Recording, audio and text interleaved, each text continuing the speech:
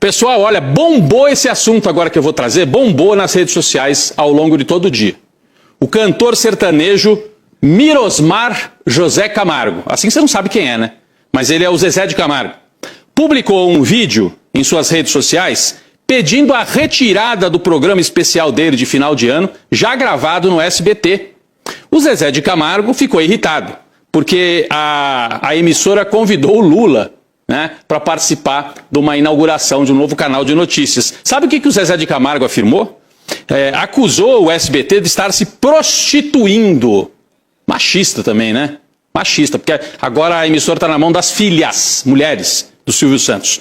Sem citar o nome dessas filhas, né, ele ficou muito irritado, dizendo que elas estão recebendo pessoas que o pai jamais aceitaria. Será? Acho que ele não conhece quem era o Silvio Santos. Laura Cote, por que esse ataque do Zezé de Camargo às filhas do Silvio Santos? Rodrigo, se o Zezé de Camargo conhecesse a história toda do Silvio Santos, fundador do SBT, ele saberia que o empresário sempre esteve do lado do governo, seja de que partido fosse, né? O Silvio Santos, inclusive, ele era conhecido por dizer que o pior que podia acontecer a alguém era ficar contra quem estava no poder.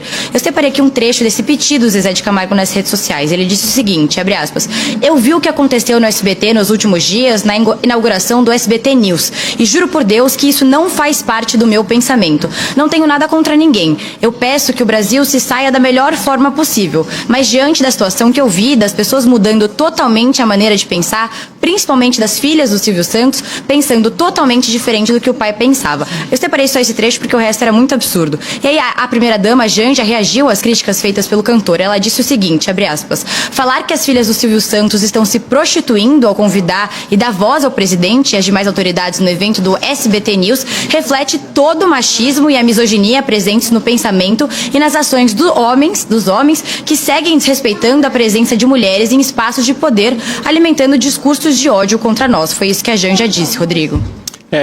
Machismo mesmo, né?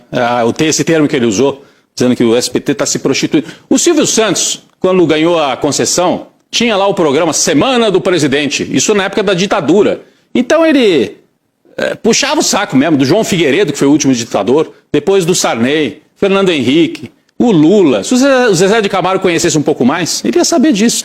Quando o Bolsonaro virou presidente, aí o Silvio Santos foi também, lá naquele setembro com o Bolsonaro. E aí o Zezé de Camargo ficou achando que o Silvio Santos era bolsonarista. Certamente era de direita o Silvio Santos, mas dialogava com todo mundo, né? E as filhas seguem esse mesmo caminho, fizeram muito bem, convidaram o presidente da República, convidaram o governador também de São Paulo, para estar lá na inauguração do SBT. Todo esse show, então, foi porque o presidente Lula esteve no SBT na última sexta-feira. A emissora está estreando, né, um novo canal de notícias, o SBT News, que foi citado aí na fala do Zezé de Camargo. Mas lá na hora da inauguração estavam presentes integrantes do governo federal e também o governador Tarcísio e o prefeito de São Paulo, Ricardo Nunes. Na cerimônia de inauguração do novo canal, o Lula falou de improviso e deu um recadinho, né, ao chefe do Palácio dos Bandeirantes, o Tarcísio. Vamos ver um trecho.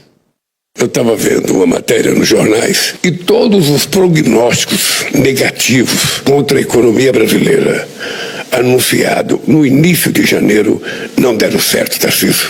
Tudo melhorou no mês de outubro, tudo. A segunda boa notícia é que o Silvio Santos fazia 95 anos e o Alexandre de Moraes faz 35 amanhã.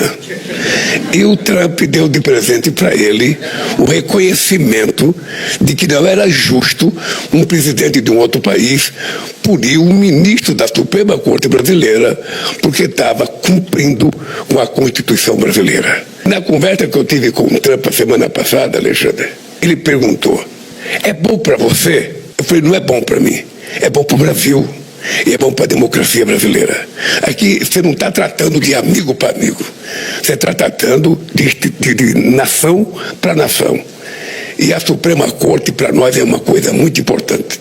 E eu fiquei muito feliz, menos do que você, mas fiquei muito feliz com o fato do reconhecimento. E ainda faltam mais pessoas, porque não é possível admitir que um presidente de um país possa punir com as leis dele autoridades de outro país que estão exercendo a democracia.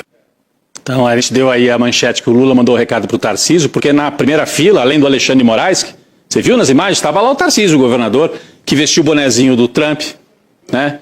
Que fez previsões também de que a economia estava indo para o lado errado, mas que agora está mais quietinho. Aliás, os bolsonaristas ficaram possessos, não foi só o Zezé de Camargo, com o fato do Tarcísio ter cumprimentado o Lula, ter conversado com o Lula, durante o coquetel ali que precedeu essa inauguração, e com Alexandre de Moraes sentado na primeira fila. É muito, né, para os bolsonaristas que acreditam que alguns empresários vão fazer a defesa ideológica do bolsonarismo, ou o Trump faria a defesa ideológica do bolsonarismo. Isso não vai acontecer do jeito que eles imaginam. Então é um choque, né? Essas pessoas que vivem nessa bolha estão tomando uma espécie de um choque. O Trump, então, não é um defensor do Bolsonaro? Não, gente. O Trump é um defensor dos interesses dos Estados Unidos e o Lula, um bom defensor dos interesses do Brasil. E o Tarcísio se portou, desculpem, como um idiota, colocando aquele bonezinho do Trump para mostrar que era bolsonarista na hora em que o Trump atacava as empresas, inclusive empresas do estado de São Paulo, né, ameaçando os empregos do Brasil. Ainda bem que isso foi revertido, mas o Tarcísio, espero que assistindo ali tenha aprendido um pouquinho sobre política e sobre economia. Boas notícias para a economia brasileira? Não param. Depois de 26 anos, avança o acordo de livre comércio entre o Mercosul e a União Europeia. A assinatura pode acontecer durante a cúpula do Mercosul, agora, dia 20, em Foz do Iguaçu. Laura Couto. Rodrigo, são quase 3 décadas esperando o acordo entre o bloco formado pela Argentina, Brasil, Paraguai, Bolívia e Uruguai, né, o Mercosul, e a União Europeia. O acordo ainda precisa ser confirmado pelos países membros, um deles a França, que pediu para adiar um pouco mais o prazo da assinatura, mas a presidente da Comissão Europeia, Ursula von der Leyen, ela quer assinar o Tratado de Livre Comércio no próximo sábado, dia 20, e o governo brasileiro vai otimista para a cúpula, Rodrigo. A votação dos países membros acontece nessa semana. É importante, depois de tanto tempo de espera. Eu estava aqui conferindo, enquanto a Laura trazia informação detalhada do Mercosul, notícia preocupante para o ex-procurador Deltan Dallagnol. Olha, Polícia Federal encaminhou para a perícia um aparelho de gravação telefônica usado pela Força Tarefa da Lava Jato. O objetivo era apurar se o equipamento foi acionado em escutas ilegais. Ô, Deltan, o homem do PowerPoint, está enrolado também. A análise busca esclarecer o uso do sistema que teria registrado 30 mil ligações ao longo de 4 anos, muitas delas de forma ilegal. Isso é que a Polícia Federal está investigando. As informações são do repórter Aguirre Talento, do jornal Estadão. Deltan Dallagnol nega qualquer irregularidade e afirma que o equipamento foi instalado como medida de autoproteção diante de ameaças sofridas pelos procuradores. Sabemos bem, Deltan, sabemos bem.